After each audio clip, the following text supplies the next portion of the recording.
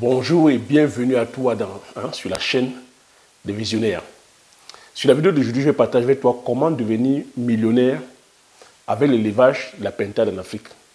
Donc là, c'est sur le bout de la vidéo, en fait, je puisse partager avec toi cette idée d'élevage. Si tu me découvres pour la première fois, je m'appelle Thierry Toukou. Sur la chaîne, je parle d'entrepreneuriat, je parle d'investissement. La chaîne aussi, je parle d'élevage et d'agriculture. Donc, c'est les thématiques qui te parlent. N'hésite pas à t'abonner en appuyant sur le petit bouton rouge, en validant la cloche, afin de ne pas manquer plusieurs vidéos que diffuse sur la chaîne afin de t'aider. Si tu as aussi la fait, t'aider, merci. Donc, sur la vidéo d'aujourd'hui, je vais partager avec toi comment est-ce que tu peux devenir aussi millionnaire grâce à l'élevage de la pintade. Pourquoi je te partage l'idée de l'élevage de pintade? Je partage l'idée de l'élevage de pintade ici parce que, comme je t'ai dit en préambule, le but de la chaîne est ici afin de valoriser et de vulgariser les produits terroirs africains. Donc ça peut être ici des végétaux, ça peut être ici la protéine animale.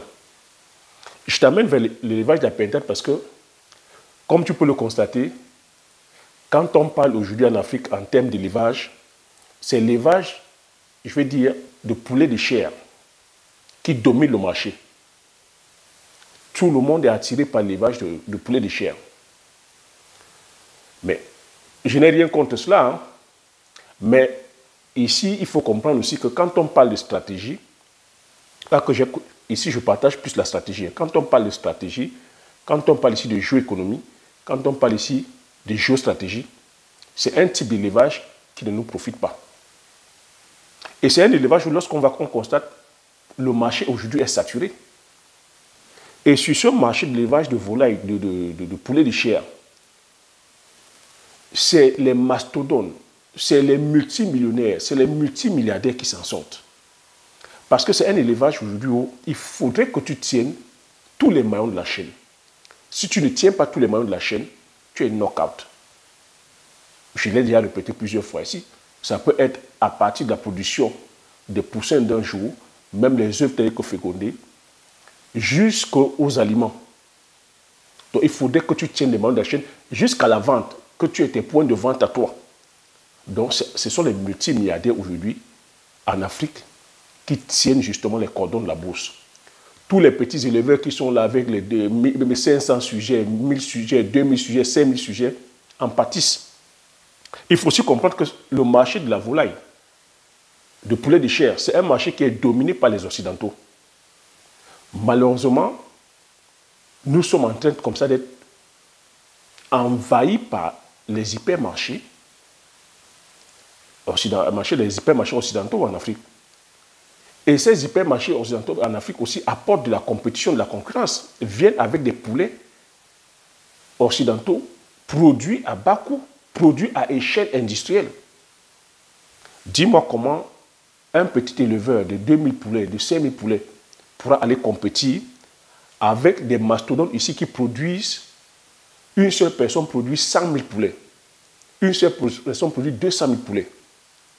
Et ici, l'élevage de poulets de chair est subventionné. L'élevage est subventionné. Ce qui n'est pas le cas en Afrique. Donc, ce qui fait que quand nos petits producteurs de poulets de chair vont sur les marchés, ils ne sont pas compétitifs. Les produits occidentaux font du dumping. Parce qu'eux, ils peuvent baisser les prix parce que en termes de coût de charges, ils amortissent les charges. Or que le petit éleveur, il est obligé d'acheter tous les entrants. Des fois, il se retrouve en pénurie de poussins, pénurie d'alimentation.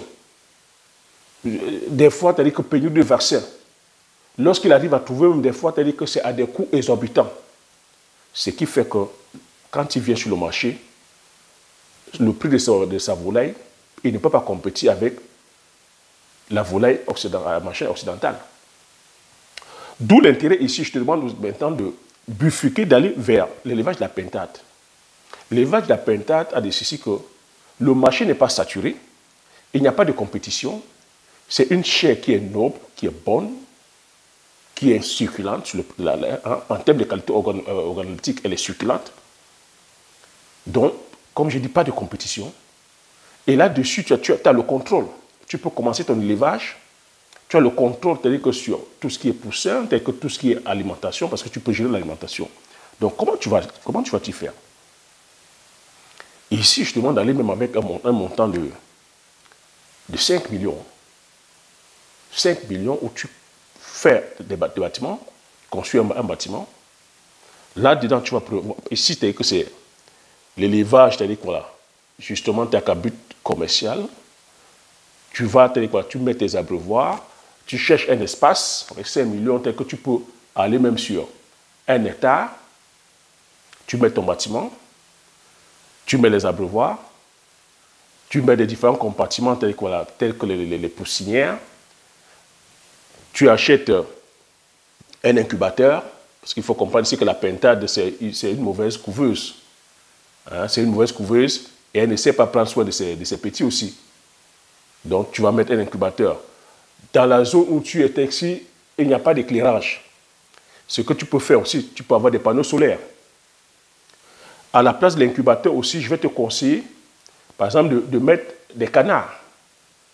De mettre les canards ou de mettre la dinde. C'est que le canard, c'est une bonne couveuse.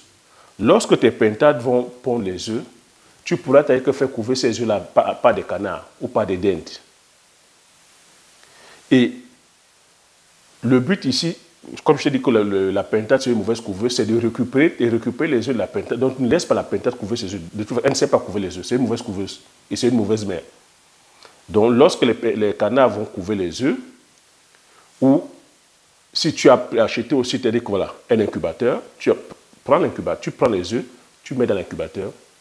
Une fois tu as dit que les œufs arrivent à maturité, après éclosion, tu récupères les pintados que tu mets dans une pièce.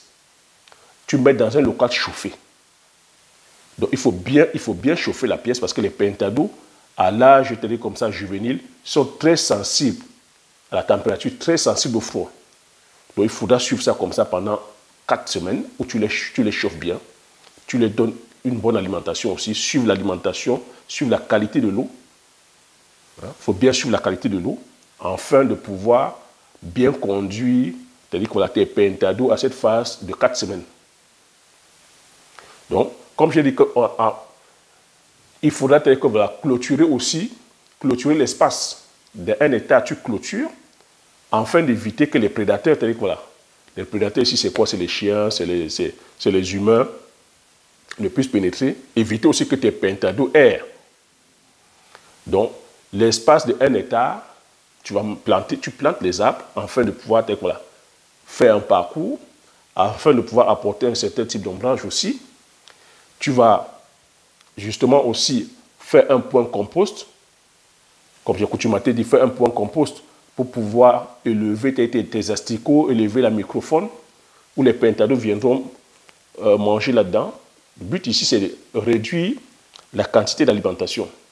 L'avantage encore, c'est que les pintados sont des oiseaux rustiques hein, qui souffrent de très peu de maladies, qui se débrouillent, c'est-à-dire que justement, voilà, d'eux-mêmes, ils ont comme ça gratté, c'est-à-dire voilà, tout ce qui est herbe, tout ce qui est herbe fourragère, tout ce qui est micro-organismes, afin de pouvoir s'enrichir en protéines.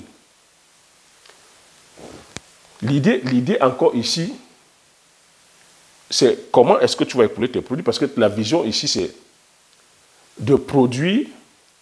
Tu peux te dire que faire le choix aussi peut-être de faire les œufs de table, ou soit te dire que de vendre la chair.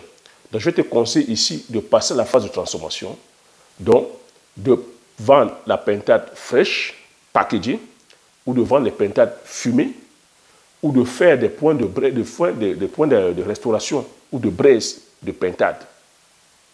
Voilà comment tu vas écouler tes pintades. Ou proposer aussi à la restauration. Mais quand tu vas proposer au restaurateur, il faudrait qu'on te paye comptant. Tu peux proposer au restaurateur, tu peux proposer à certains hôtels, mais on doit te payer comptant. Il y a un marché qui est là, qui est le marché de la chair de pintade. Et l'idée ici, c'est justement de diversifier nos sources de protéines animales. Voilà ce que j'avais à partager ici avec toi sur l'élevage de la pintade. Voilà un type d'élevage aussi où Je dis, il y a très peu de personnes qui sont dedans. Et tu sais, le secret du business, c'est ne va pas là où tout le monde y va. À partir du moment où tout le monde est dessus, c'est que le business n'est plus dans... Le business ne mord plus. Donc, va là où très peu de personnes y vont. C'est là où voilà. C'est là où il y a le jackpot. Donc, voilà ce que j'avais partagé sur cette vidéo. J'espère que tu as aimé, j'espère que tu as appris quelque chose. Si tu as aimé, laisse un like, laisse-moi les commentaires, je me ferai plaisir de les lire. Partage massivement la vidéo autour de toi, afin qu'on soit comme ça plusieurs à bénéficier de ces informations, de ces idées d'élevage. Abonne-toi si tu n'es pas encore abonné, afin de pouvoir faire grandir la communauté des visionnaires. Comme j'ai coutume à dire, l'information, c'est la connaissance, c'est la richesse. Une fois que tu as toutes ces informations, tu appliques tes stratégies et tu passes l'action massivement afin d'impacter ta vie et impacter la vie de tous ceux qui t'entourent. Sur ce, je te dis merci, à la prochaine vidéo. Ciao.